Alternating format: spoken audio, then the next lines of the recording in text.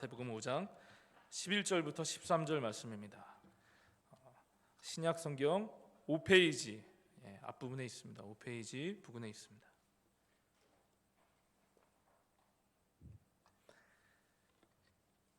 제가 한 절 읽고 성도님들 한 절 읽고 13절 같이 읽도록 하겠습니다. 나로 말미암아 너희를 욕하고 박해하고 거짓으로 너희를 거슬러 모든 악한 말을 할 때에는 너희에게 복이 있나니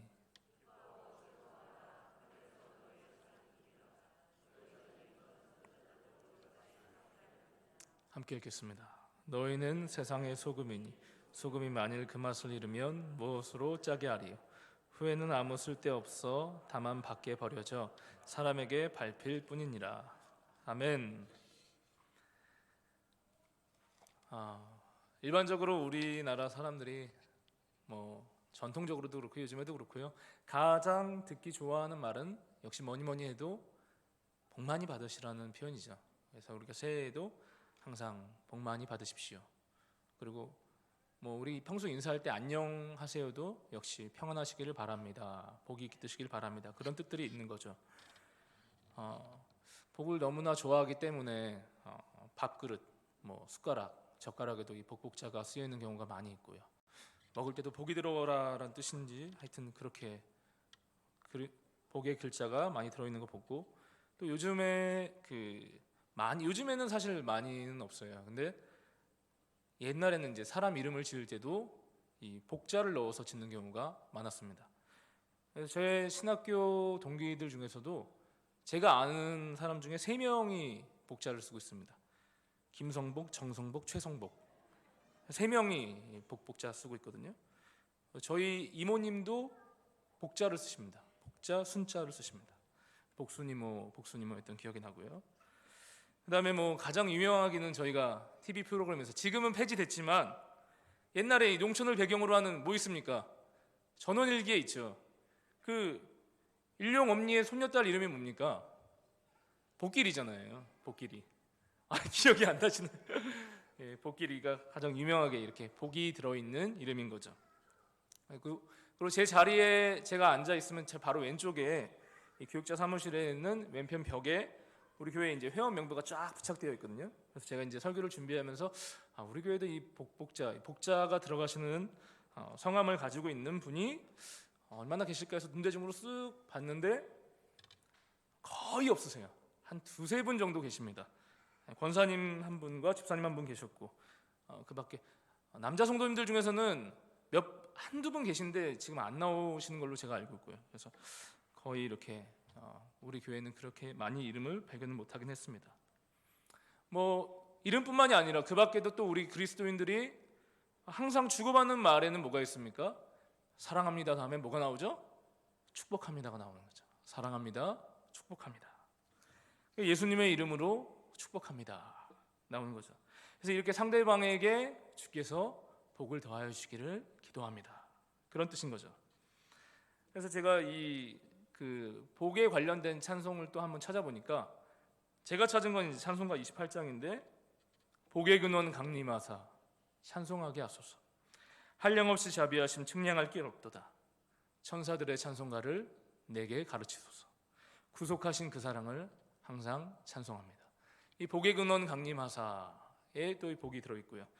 그리고 마침 오늘 마지막 찬양 인내하신 구세주여 4절이 그렇더라고요. 만복 근원 우리 주여, 만복 근원 우리 주여 위로하소서, 우리 주와 같으시니 어디 있을까. 여기서도 이제 만복 근원에 대한 게 나와 있습니다. 제가 왜 이렇게 또 복에 대해서 많이 말씀하시냐면, 오늘 본문에서 저희가 이제 5장 11절에서 13절을 읽었는데 그 앞에는 팔복에 대한 내용이 나오거든요. 그래서 예수님께서 산에서 따르는 이 제자들과 무리들에게 복에 대해서 말씀을 하시는 거죠. 팔복이라고 해서 매우 유명하고 우리가 아마 오늘뿐만이 아니라 많은 여러 매체를 통해서 또 많은 목사님들을 통해서도 설교를 들으셨을 것 같습니다. 그래서 팔복은 한 구절 한 구절이 아주 깊은 뜻이 담겨있는 오묘한 말씀인 거죠. 산상수훈으로. 그래서 제가 5장 11절에서 13절을 말씀드리기 위해서는 이 팔복을 저희가 이렇게 쭉 훑고 지나가야 됩니다.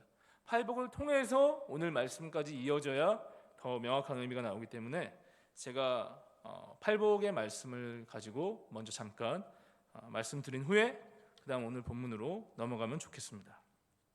그러니까 이 팔복은 처음 3절부터 시작하면은 심령이 가난한 자로부터 시작됩니다. 그렇게 시작되고 점차적으로 쭉 가서 10절 맨 마지막에는 의를 위하여 박해를 받는 자의 복까지 확산되어 나아가는 게 이제 팔복의 특징인데, 저는 이제 이번에 이 팔복을 보면서 새롭게 이렇게 눈에 들어온 게 뭐냐면, 팔복을 두 구절씩 제가 짝을 지어서 보게 된 거거든요. 그러니까 3, 4절, 5, 6절, 7, 8절, 90절 이렇게 연합하여서 팔복을 다시 한번 말씀을 보고 그것에 대해서 오늘 나누려고 합니다.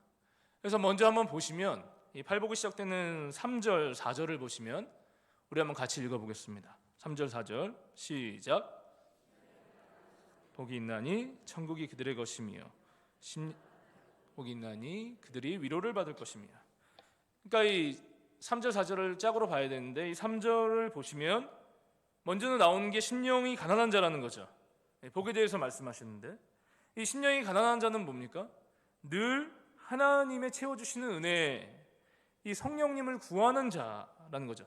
심령이 가난하다는 것은 결국에는 쉽게 말해서 하나님 앞에 겸손한 자라는 것입니다. 늘 하나님의 은혜를 갈구하면서 그분 앞에 겸손히 예배를 드리는 자, 나아가는 자, 하나님 앞에 나아가는 자. 하나님 없이는 내 영혼이 매우 가난합니다.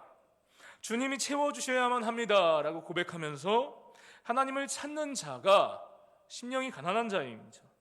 그러한 자는 복이 있나니 천국이 그들의 것입니다 라고 주님이 말씀해 주시는 거죠. 이어서 4절에는 애통하는 자는 복이 있나니 그들이 위로를 받을 것이다. 여기서 이 애통한다는 표현은 마치 장례식장에서 가족을 잃은 슬픔에 빗대어서 말할 수 있는 표현인 것입니다. 고인을 앞에 두고 이 비통하는 마음, 슬픔을 가눌 길 없는 마음을 표현한 그것이 바로 애통한 자라는 거죠. 그렇게 하나님 앞에 영적으로 가난하여서 늘 성령의 충만을 갈구하는 자, 정말 내 영혼이 죽은 것 같이 하나님 없이는 단 하루도 살 수 없다라고 내 영혼에 마치 사망 선고를 내리는 자, 그런 자와 같이 애통한 마음으로 주님을 구하는 자, 간절히 구하는 자는 복이 있다. 하나님이 그를 어루만져서 위로해 주실 것이다. 심령이 가난한 자에게는 천국이 너희의 것입니다. 애통하는 자에게는 그 마음을 위로해 주실 것이다. 이런 자들이 복이 있다는 겁니다. 이렇게. 그 다음 이어지는 이렇게 3절과 4절을 심령이 가난한 자와 애통하는 자를 묶어서 이렇게 해석을 했고요. 그리고 3절과 4절을 시작으로 하여서 하나님의 은혜를 구하고 간절히 찾고 찾는 자는 천국이 상속되고요. 하나님의 위로를 받게 되는데 그 다음에 이 사람의 삶에 이어지는 것이 5절, 6절로 나아가게 된다는 거죠. 5절, 6절도 우리 한번 같이 읽어볼까요? 시작.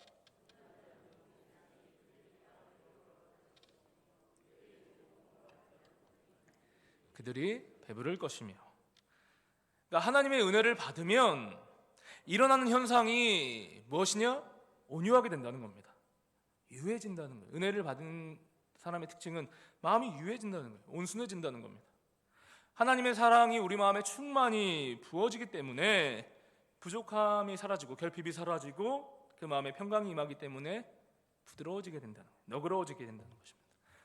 제가 이 현상을 아주 깊게 느꼈던 시간이 작년에 제 여름 수련회 때, 우리 중고등부 수련회 때 그걸 많이 느꼈어요. 제가 마지막 날의 집회 시간에 그 어느 때보다 뜨겁게 말씀과 기도와 찬양을 정말 열정적으로 했었거든요. 그때 기도도 많이 했었고 그렇게 나갔는데 오랜 시간 이렇게 기도와 찬양을 하고 이제 다 끝났습니다. 집회가 끝났고 이제 뒤이어서 캠프파이어를 하려고 했어요. 다 진행하려고 했는데 뭐가 잘 안 맞았는지 약 한 40분 정도를 밖에 있었어요. 이게 불이 안 켜진 상태에서 계속 그냥 뭘 놓치고 또 찾으러 가고 또 계속 이게 시간이 늦어지는 거예요. 거기다 이제 나중에 비까지 와가지고 얼마 하지도 못했는데, 그러니까 이 평소 같으면 40분 이상의 시간을 밖에서 그냥 불 꺼진 가운데 그냥 대기만 하고 있는 게 이 여기저기서 불만이 터져 나오고, 아니 언제 해요 선생님, 목사님 언제 시작합니까? 이게 기본적인 애들의 반응이거든요. 짜증도 부리고 그럴 수 있는데, 이 아이들이 이 집회 때 이 큰 은혜를 받다 보니까, 하나님 앞에 막 기도를 쏟아내고 그 은혜 가운데 거하다 보니까 불만이 없는 거예요. 불만이 한 40분 이상을 기다려도 그냥 그 자리에 그냥 함께 있는 시간이 즐겁고 웃음이 끊이지 않고, 다들 평강이 넘쳐서 무엇을 해도 기쁘고 감사했던 그 기억이 납니다. 그때 야, 얘네들이 이거 불평을 안 하네, 신기하다. 그러니까 은혜를 받은 자는 자연스럽게 이 온유해지는 마음이 생긴다는 거예요. 더 나아가서 아까 5, 6절 보시면은 오늘 말씀 6절에 어떻게 나와 있습니까? 의에 줄이고 목마른 자는 복이 있나니 그들이 배부를 것이다. 은혜를 받은 자는 온유해지면서 동시에 의에 대해서 민감해진다는 거예요. 정의에 대해서 민감해진다는 겁니다. 이전에 너무도 쉽게 불의했던 것들에 대해서 은혜를 받고 나니까 마음에 이제 걸리기 시작하는 거예요. 사소한 것에서도 정직해지려 하는 게 있고요. 불법을 행하지 않아야겠다는 마음들이 막 들어오는 거죠. 주님의 마음을 닮아가니까. 제가 항상 저희 중등부 학생들 앞에서 정말 솔직해지거든요. 말씀 앞에서. 저도 거짓말을 정말 잘했던 사람입니다. 지금도 아예 안 한다고는 말할 수 없지만, 하여튼 저에게 이득이 되는 일에는 뭔가 좀 더 누그러지고 눈 감아주고 그런 삶이 많았는데, 하나님을 알아가면 알아갈수록 거짓말, 불의를 행하는 것이 이게 껄쩍지근하다고 해야 될까요? 영 이게 안 되는 거예요. 부자연스러운 거예요. 마음에 걸리는 게 막 계속 있는 거죠. 그래서 얼마 전에도 아주 지극히 사소한 일이긴 한데요. 저희 애들과 함께 제가 이렇게 거의 사람이 없는 곳에 해변가를 갔습니다. 거기 아주 은혜 가운데 어느 분이 이제 소개를 해주셔서 그 해변가를 가게 됐는데 사람이 없어요. 사람이. 코로나 걱정을 할 필요가 없는 곳입니다. 그래서 거기서 이제 수영을 잘 하고, 이제 그 앞에 매점이 있는데 거기에 샤워실이 있거든요. 샤워실에서 이제 샤워를 하려고 했는데 성인은 2,000원을 받고 초등학생은 1,000원을 받습니다. 그리고 미취학 아동은 돈을 안 받아요. 근데 저희 애들이, 막내는 미취학 아동인데 첫째, 둘째, 셋째는 초등학생이란 거예요. 그래서 걔들 합치면 3,000원이고 저 포함하면 이제 2,000원 포함해서 5,000원이거든요. 5,000원을 내야 되는데, 거기 그 매점에 계시는 분이 저희 셋째 아이를 미취학 아동으로 본 거예요. 얘를 돈을 안 친 거예요. 4,000원만 받으신 거예요. 1,000원을 제가 돌려받았죠. 가만히 있었습니다. 가만히. 아니 순간 말을 할까 하다가 말을 안 했어요. 말을 안 하고 그냥 말 안 해도 뭐 특별한 크게 없잖아요. 그래서 샤워 잘 하고 이제 나왔는데 이게 불편한 거예요. 이게 뭐라고 이게 불편한 거예요. 그래서 차를 타고 이제 가야 되는데 못 가는 거죠. 그래서 갔다가 돌아왔어요. 제가 돌아와서 1,000원을 주고 왔습니다. 근데 저한테 돈을 받으신 분은 여자분이었는데 제가 가보니까 그 여자분은 안 계시고 아마 남편분이 계신 것 같은데 그 사건을 모르세요. 하여간 제가 1,000원 덜 드렸어요 하고 드리고 왔어요. 아주 마음이 그 마음의 평안함이 임할 수가 없어요. 작은 것도. 그러니까 예전에 저는 넘어갔죠, 사실. 그러나 지금이 그게 안 된다는 겁니다. 물론 앞으로 또 어떻게 될지 모르겠지만, 하여튼 그때는 그랬다는 거죠. 그러니까 이렇게 제가 이렇게 행동을 했을 때 마음속에 평안함이 임하면서 하나님이 잘했다라고 말씀해 주시는 것 같은 느낌이 들었습니다. 그러니까 은혜를 받은 사람은요, 주님을 갈구해서 은혜를 받은 사람은, 위로를 받은 사람은, 채워짐을 받은 사람은 마음이 온유해지면서 동시에 아주 의로워지게 된다는 거죠. 작은 일이라 할지라도. 그러니까 이 5, 6절을 묶어서 우리가 해석을 할 때 한 번 더 중요하게 생각할 것이 5, 6절을 보시면, 온유한 자는 복이 있나니 땅을 기업으로 받을 것이며 의에 줄이고 목마른 자는 복이 있나니 그들이 배부를 것이며 했을 때 정의롭게 행하는 가운데 그 사람 마음속에 온유가 있다는 것입니다. 그리스도인의 특징은 이게 중요한 거죠. 우리는 어떤 불의에 맞서고 잘못된 것을 지적할 때에 나와 반대편에 있는 사람들에 대해서 내가 생각하기에 바른 것을 이야기할 때 정말 은혜를 받은 사람은 바른 것을 이야기할지라도 그 마음속에 온유함이 있다는 것입니다. 유순함이 있어야 한다는 것이죠. 상대가 잘못을 저질렀다고 해도 함부로 반대편을 매도하지 않는 것이고, 정의를 말하고 행동할 때에도 그 마음에 늘 온유함이 있는가, 사랑의 마음으로 일을 하고 있느냐, 사랑의 마음으로 하고 있는 것이냐 돌아봐야 한다는 것입니다. 오늘날 이 유튜브나 SNS를 보면요, 정말 쉽게 상대방 조롱하잖아요. 정말 쉽게 비판이 난무하지 않습니까? 다른 편에 있는 사람들을 완전히 매도하는 것이죠. 비판하고 조롱하고 비웃는 것을 쉽게 봐요. 그리스도인 공동체도 그래요. 제가 봤을 때 분명히 바른 걸 말하는데 그 안에 사랑이나 온유함이 없기 때문에 정의를 말하는 가운데에서도 이게 폭력적이 되는 겁니다. 폭력이. 저도 원래는 참 이 날카롭고 비난과 비판을 너무 많이 했던 사람인데, 말씀을 대하니까, 자꾸 제가 말씀을 대하니까, 자꾸 복음을 알아가니까, 하나님을 알아가면 알아갈수록 정말 이 온유함을 잃지 않은 가운데에서 정의를 행하는 것이 얼마나 중요한 것이냐, 이게 복음적인 거구나 라는 것을 깨닫게 되는 겁니다. 함부로 매도할 수 없다는 거죠.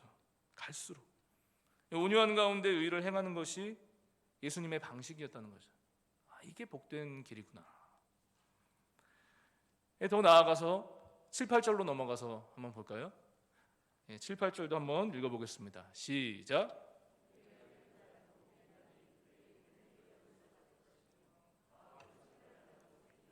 그들이 하나님을 볼 것이며. 그러니까 5, 6절로 가서 이제 7, 8절로 넘어가서 긍휼히 여기는 자가 나오는 겁니다. 이 온유함과 함께 이제 더 나아가서 긍휼히 여기는 자가 된다는 거죠. 그리고 긍휼히 여기는 자는 다른 말로 하면 마음이 청결한 자가 된다는 겁니다. 온유한 마음이 더 나아가서 상대방에 대해서 불쌍히 여기는 긍휼한 마음으로 이어지게 된다는 거죠. 이러한 긍휼히 여기는 자들은 자기의 유익을 구하는 것이 아니고 사심을 갖고 행동하는 것이 아니기 때문에 마음에 거리낌이 없는 청결한 상태가 유지가 될 수 있다는 겁니다. 그래서 사람에 대해서 긍휼히 여기는 마음을 갖는 자는 자기도 긍휼히 여김을 받게 된다. 또 마음이 청결한 자는 그 마음에 죄의 원흉인 욕심, 탐심이 사라지기 때문에 이타심이 있고 자기의 욕심을 구하지 않기 때문에 그 마음이 청결해져서 하나님을 보게 된다는 겁니다. 그분이 인간의 내면에 충만히 자리하시게 된다는 거죠. 욕심이 사라지고 탐심이 사라지고 하나님을 보게 된다는 겁니다. 욕심이나 욕망에 사로잡히면 하나님의 뜻이 보이지 않는다는 거죠. 내 뜻, 내 생각, 내 욕구를 채우기 위한 삶에 내가 딱 꽂히게 되면 하나님의 뜻, 하나님의 마음, 하나님의 계획들을 인정하지도 않게 되고 관심도 없어지게 된다는 거죠. 그러므로 이타심, 사람을 긍휼히 여기는 마음 속에 나의 교만, 나의 욕심들이 사라지게 되고요. 비로소 그때에 하나님을 만나게 되는 복이 임하는 줄 믿습니다. 긍휼한 마음, 청결한 마음을 지닌 자들은요, 더 나아가서 그러면 또 어떻게 되느냐? 옆 사람과 주위 사람과 화평을 도모하는데 힘쓰는 자들로 더 나아가게 된다는 거죠. 단순히 남을 배려하고 생각하는 마음을 넘어서서 어디까지 가느냐? 친밀한 관계까지, 서로 간에 어색함이나 불편함이 없는 평화의 단계까지 나아가게 된다는 것이죠. 그것을 위해 힘을 쓴다는 겁니다. 관계의 발전 혹은 또 관계의 회복을 위해서 노력이 이어지게 된다는 겁니다. 그리고 주 예수님 안에서 참 화평과 위로와 충만한 은혜가 있기 때문에 진정한 화평을 도모하는 자는 상대방에게 예수 그리스도를 전할 수밖에 없다는 것이죠. 9절 10절 한번 볼까요? 네, 9절 10절 한번 읽어보겠습니다. 시작. 그들이 하나님의 아들이라 일컬음을 받을 것이며 의를 위하여 박해를 받은 자는 복이 있나니 천국이 그들의 것입니다.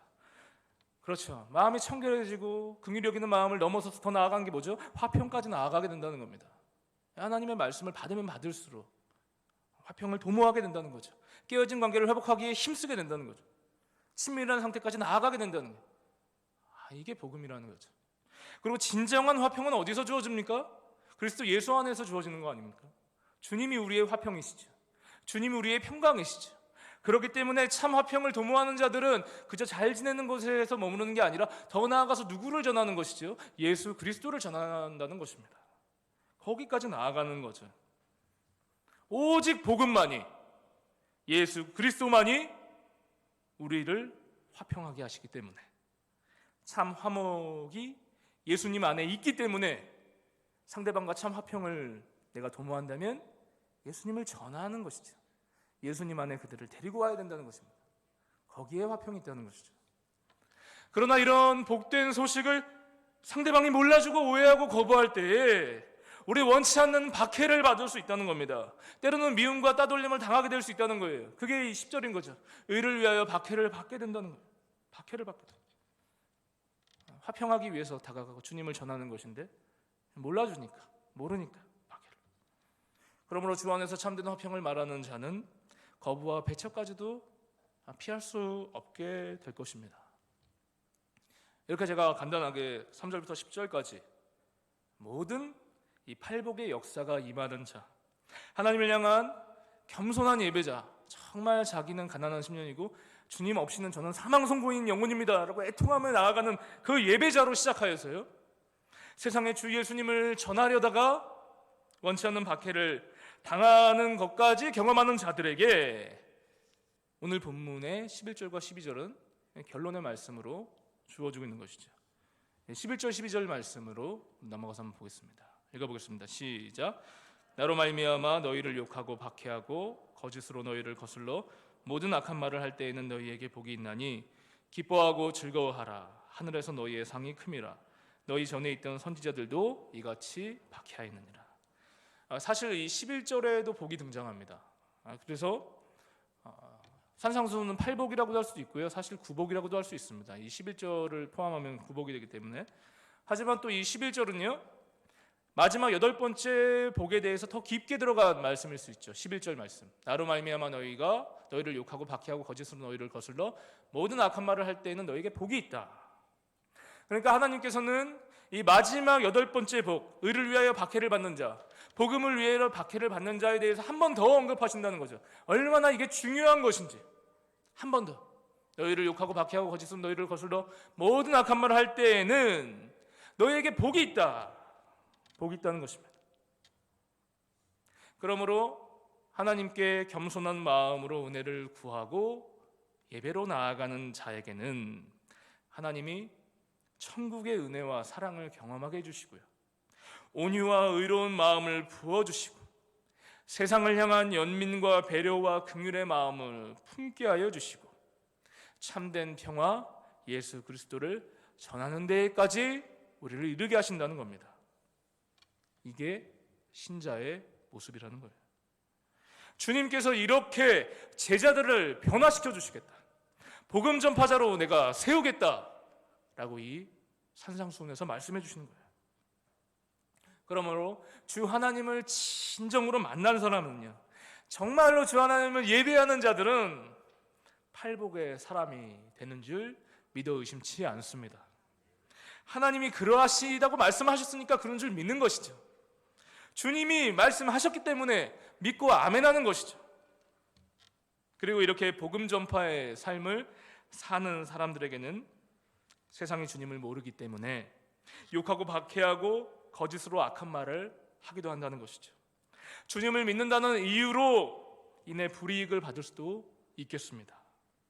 그러나 주님 말씀해 주시죠. 11절 12절에 그러나 기뻐하고 즐거워하라.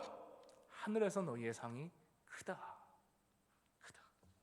세상에서는 유익이 끊어질 수 있다. 그러나 하늘에서 상이 크다. 하늘에서부터 공급해 주시는 은혜가 있다. 하나님으로부터 임하는 상이 크도다. 그렇게 약속해 주신다는 거죠. 하나님이 채워주신다는 겁니다.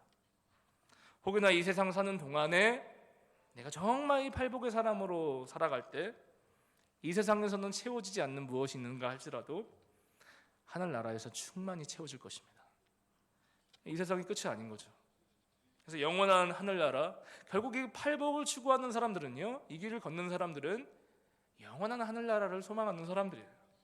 그 하늘나라를 소망하시기를 바랍니다. 그리고 과거 우리의 믿음의 선조들인 이 선지자들의 모습처럼 우리도 주 예수님의 다시 오심, 반드시 다시 오실 것, 그분이 구원과 심판의 주로 오실 것을 세상에 전해야 하겠습니다. 너무나 안타깝게도 지금 우리의 현실은 또다시 코로나19의 위기가 찾아오고 그 어느 때보다 교회라는 이름이라는 곳에서 발생하는 확진자가 많아서 참 교회가 사회의 지탄을 많이 받고 있습니다. 너무 괴롭습니다. 그래서 서울시 또 경기도에서는 행정명령이 떨어져서 8월 30일까지 예배 외에는 기타 소모임이나 수련회나 여러 가지 하지 말 것을 명령했습니다. 그래서 저희도 8월 29일 날 주보에는 나갔어요. 8월 29일 날 중고등부 1일 부흥회를 하려고 했습니다. 찬양 예배와 정말 기도하면서 나아가려고 했는데 또 막히게 되어서 어저께는 진짜로 마음이 힘들더라고요. 근데 오늘 찬양하면서 예배하면서 또 이 시간 찬양하면서 예배하면서 제가 회복된 것입니다. 정말 많이 어려운 가운데 있는 거죠 지금. 교회적으로 많은 어려움을 겪고 있는 이때에 그럼 우리는 어떻게 해야 할 것이냐? 도리어 참된 복음의 길로 나아가야 할 것입니다. 팔복의 삶이 해답이라는 것을, 이 사태를 겪으면서 나 자신과 우리 공동체를 돌아보면서 정말 무늬만 신자가 돼서는 안 되겠구나, 말씀 앞에 순종하는 정말 팔복의 신앙을 가져야 하겠습니다. 더 말씀으로 돌아가야겠습니다. 거기에 유일한 해답이 있다는 것이죠. 우리 13절 말씀 함께 읽어보겠습니다. 13절 말씀 시작. 소금이니 소금이 만일 그 맛을 잃으면 무엇으로 짜게 하리? 후에는 아무 쓸데없어 다만 밖에 버려져 사람에게 밟힐 뿐이니라. 결국 그리스도인이 세상의 소금으로 산다는 것은요, 팔복의 삶을 사는 자들입니다. 팔복 중에 어느 하나만 가지고 말할 수 있는 게 아닙니다. 팔복 전체를 추구하며 살아가는 삶이 세상의 소금이라는 거예요. 심령이 가난한 자, 애통하는 자, 온유한 자, 의에 줄이고 목마른 자, 긍휼히 여기는 자, 마음이 청결한 자, 화평하게 하는 자, 의를 위하여 박해를 받는 자, 이렇게 팔복의 삶을 추구하는 자가 이 세상의 소금이 된다는 것입니다. 이게 없으면, 이 팔복의 삶이 없으면 마치 소금의 짠맛이 없는 것과 같아요. 결국에 세상 사람들에게 뭐야 이 기독교인, 밟힐 뿐인 신세가 되고 만다는 것이죠. 그러나 진정한 팔복의 인생을 살아가는 자에게는 세상 사람들에게 그들의 착한 행실이 어느 순간인가 예수 그리스도의 향기가 어느 순간인가는 전달되어서 사람들로 하여금 하나님을 인정하게 될 날이 올 줄로 믿습니다. 그렇게 하나님, 우리의 행실, 우리의 믿음을 통해 우리 하나님께서 다시 높임 받으시고요, 다시 영광 받으시기를 소원하면서 이 시간 우리 함께 찬양하고 기도했으면 좋겠습니다. 저는 원래 아까 찬송가 28장 복의 근원 강림하사를 준비했는데 오늘 우리 기쁜 소리 찬양단이 했던 인내하신 구세주여 4절이 더 좋은 것 같아요. 그래서 우리 인내하신 구세주여 4절을 우리 한번 같이 부르고 우리 같이 한번 기도하며 나아가도록 하겠습니다.